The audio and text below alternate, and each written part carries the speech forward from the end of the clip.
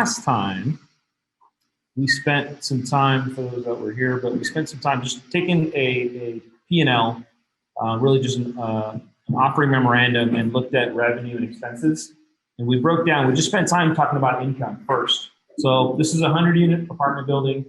This is a real deal, 100-unit apartment building built in the 70s, 2-story. All the information is there on the left. And so what we wanted to show and really talk about was some of the vernacular, like loss to lease, for example, and income. I know it's a little small, I'm going to zoom in here, but yeah, typically if you ever look at a deal like an offer, you'll have something that looks just like this. You'll have all your categories, so your income's on the left. There'll be net income, there'll be additional other income, then they show expenses, and then the big number that's really important is net operating income. The columns are typically, again, off of a brochure, they'll say something called June 21 T12. T12 is a trailing 12 months, so the last 12 months, in this case from June 21 to June 20, right? And then they'll annualize it in a T3, so then now it's the trailing 3 months. And so you start to see like, oh, well, the last 3 months are improving. This might be a really good deal. So I'll show you this zoomed in a little bit so it's a lot easier to see. But can you explain a little bit more in depth why it's so important to look at the T3 compared to the T12? Yeah, so first we always, whatever kind of deal you're looking at, you always want to understand the whole picture, right? So 12-month snapshot's really good. Sometimes you can go back 2 years, 3 years. It just really depends on what's provided and what you ask for. A lot of times, you know, as operators, our goal is to buy a deal, improve it. It might take time to improve it, right? That might be renovations, changing out the tenant base. That might take 3, 4, 5, 6 months. So the first few parts of that T12, the first few months might look bad, right? Might have high vacancy, low revenue, right? High expenses. Then as you start trending towards something better, everything is based on this income growth, right? So net operating income is what drives the value, right? So I put right here, I want you guys to do some math real quick. We purchased this deal. We didn't actually buy this deal. This is a sample deal for $80,000 a door or $8 million. The going in NOI or net operating income was $508,000. So if I wanted to understand what the cap rate was, what the cap rate was upon entry or when we bought it, I would do some math. I would take 508,000 and I would divide it into 8 million. That would give you a cap rate. But long answer to your question, you want to see what's happening now and also what was happening before. Is it improving? If it was the other way around, like it's declining, that could be possibly bad operations, most likely. Something going on with the management company. The tenants are, you know, maybe being more aggressive on the way they're taking care of the property. Any and all of those things, usually it's bad management. So, or something's happening in the market, like maybe a whole new complex got built down the street and everyone's moving, right? So what do you do to retain your tenants? That's just a 3-month snapshot, right? So the real deal, the reason brokers use it, right? No dig on brokers, is usually the last month or two prior to sale is the best month for whatever reason. It's kind of funny how that works, right? That means let's say this was, you know, 90% full, 12 month, the average was 90%. But the last 3 months, it's 100%. Well, we did whatever we could to get you guys to come and rent in our apartments, right? I don't care if your credit score sucks, if you have a job. I might be, they call it filling bodies, right? You're just filling up the units. I'm not saying that's what happens, but it does. Brokers wouldn't do it. The owners and the property managers have been instructed, right, by the owner to say, I got to sell this thing, and the way I'm going to sell this thing is maximizing this number, right? Come hell or high water. So fill it up. And so the trend, I mean, we see, we're underwriting deals at T1, trailing 1 month, right? And if you took any kind of education platform, they'll say never, ever, ever make a decision on what happened a month ago, because it's 1 month, right?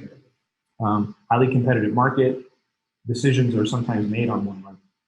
It makes me still really nervous to do that. I still want to look at 3 months, 6 months, 12 months, right? And really understanding the market will help you make that choice. But that's it. Yeah, did that answer your question? So again, last month we talked about overall income, scheduled market rent. And this time I wanted to spend time and talk about other income. And so laundry, rubs, and other income. So laundry is pretty self-explanatory, right?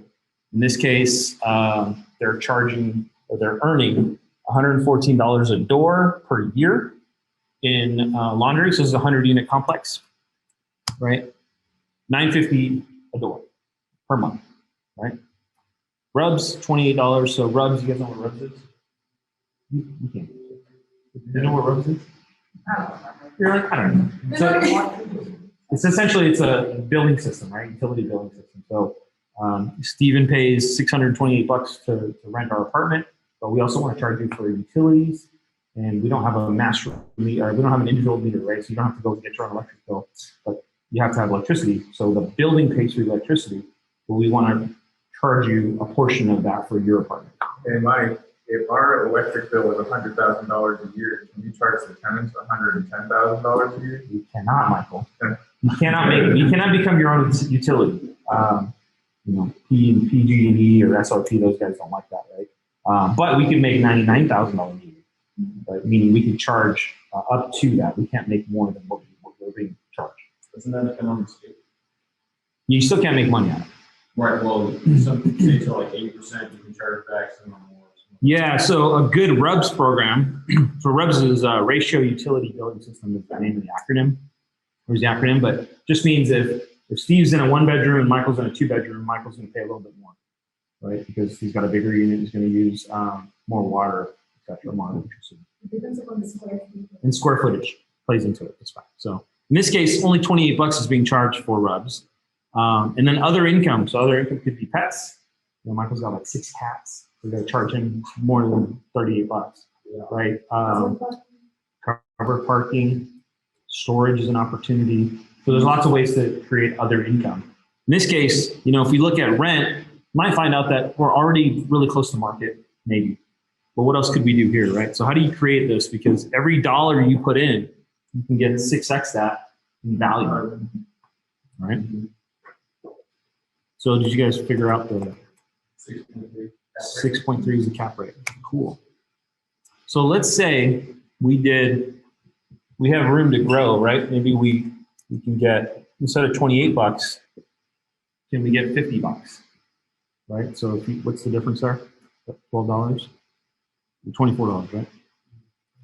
So if you could earn $24 more per unit, so 100 units, so $24 more. Did I do that math right? $22 more, sorry. $22 more times 12 times 100. What does that equal? $26,000 of additional income, right? All right, we didn't have to do anything to create that, right? There's no expense associated, so it should drop. You say drop to the bottom line. If I divide that by, what was it, 6.3? $420,000. So $420,000. So we bought this for $8 million by taking one move, which was to increase RUBS by $22 a door. We created almost $500,000 in value, right? Because again, that's how properties are valued, right? Where is this property? I might have fudged some numbers to get this to work. No, but no, these deals do exist, right? It's just looking at things differently, because most folks are going to look at market rent, right? And if you're looking at Phoenix is challenging. The price per door, there isn't anything at $80,000 a door, by the way. I'd love to find that. Not here, right? But there are other markets where there is, right? You go to New Mexico, you go to Texas. There's still stuff selling for $80,000, $90,000. And the rents, honestly, at $600, you're seeing that too. So the deals do exist. This came from Texas, right? Texas deal. So if it's not rent and it's not expenses that you can adjust, then you got to look at what else can I do, right? The other clue, I apologize for going back and forth. The other clue was I was putting in, leasing office has an unused room of approximately 600 square feet. What could we do with that? Right? We could make it rent, right? That's one. What else could we do? A gym? A gym doesn't make me any money. But vending machines in there, right? Vending is good. Yeah. You guys seen Amazon lockers anywhere? Yeah. So people would, apartments are challenging to deliver, especially in the holidays. I heard someone, they did like bike lockers. So Yeah. Like, you make the bike or something. It's like Indoor bike. I mean, $25. It's really, if you think about it, storage, bike. Apartments are usually smaller. There's not a lot of extra storage. You just have a storage bin, but lockable bins. Those are all really great ways to create income. So if you did bike locker, not going to get 100 people to do it, but you might get 10% of the population. Or Amazon lockers could do that too. Yeah, that's I don't know, any other input, any other ideas? Like, I'm not the only guy, I just want to put this stuff up and share. What do you think? I'm not a genius. Definitely not a genius. Real quick, apartments are so cool because that's why I got out of single family stuff, because it's, you exit by 80 units, so just with the bike example, $25, let's say 10%, so 8 people did it, and you multiply that, I think it's like $2,400 a year of extra cash flow.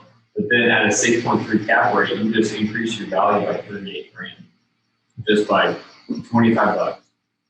So Yeah, in a room that's unused. Yeah. Right. So I think as the market gets so tight and get competitive, and you got to go, how do I shave off something? These are ways you got to think about it. Right. You got to just slice it differently. The old, I'm just going to increase rents, which is easy, right? I'd love to do that. Or renovate. Renovate costs a lot of money.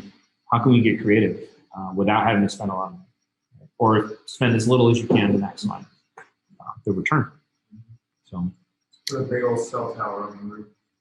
That's actually, really good idea. I had an old client that did that, and he was making like $1 million a year because it was Verizon, T-Mobile, and somebody else. So, and every one of them on the same tower. And he didn't have to do anything. He just gets a check.